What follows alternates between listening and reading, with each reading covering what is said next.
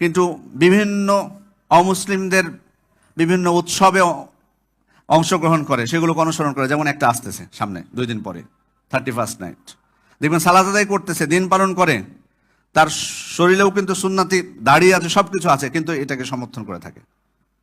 খবরদার, কেউ যদি পরিকল্পনা করে থাকেন, আল্লাহ তাআলার কাছে তওবা করুন। কারণ মুসলিমদের উৎসবে কোনো প্রকার অশ্লীলতা থাকবে না, কোনো প্রকার অশ্লীলতার সাথে। আপনি যদি পার্থক্য করে দেখুন, এটা স্পষ্ট একটা অমুসলিমদের উৎসব। এখানে আমরা অংশগ্রহণ করব কি করে? কোনো অনুমতি নেই। এটা তো তাদের অনুসরণ, এটা তো হাদিসে নিষেধ করা হয়েছে। তারপরে খেয়াল করে দেখুন, আমাদের যে উৎসবগুলো, সেগুলো উৎসবগুলো শুরু হয় কি দিয়ে? আল্লাহ তাআলা জিকির দিয়ে, তাকবীর দিয়ে শুরু হয়। যে 2টা দিন আল্লাহ নির্ধারণ করে দিয়েছেন, আমরা তাকবীর দিয়ে দিনগুলো শুরু করি, আল্লাহ তাআলা জিকির করি, সালাত আদায় করি, গরিব দুঃখী অসহায়দেরকে অংশগ্রহণ, তাদেরকে যাকাতুল ফিতর প্রদান করি। আবার ঈদুল আজহার দিন তাদেরকে যে পশু আল্লাহ তাআলার জন্য